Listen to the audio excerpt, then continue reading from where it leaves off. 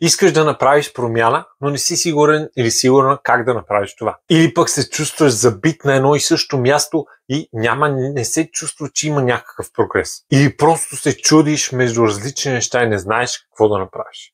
В такива случаи просто започни каквото и да е. Най-малкото действие, просто започни да правиш най-малкото нещо, което може да ти доведе до нещо по-добро. Независимо какво е. Дори и да е, както се казва, да се измият чиниите, когато виждаш, че не са измити и не искаш да ги измиеш, просто да ги измиеш, това ти помага да направиш нещо, което не искаш да правиш и ще ти помогне след това да направиш още едно нещо и още едно нещо и още едно нещо. Затова всяко действие е по-добре от бездействието. Просто започни каквото и да е и това ще ти даде някаква яснота кое е правилното действие или кое е неправилното, за да можеш да се насочиш или в друга посока, или да се задълбочиш в една такава. Но ако не правиш нищо, не предприемеш действие, няма нищо да се промени и само нещата ще стават по-зле. Затова още сега започни с дори най-малкото действие.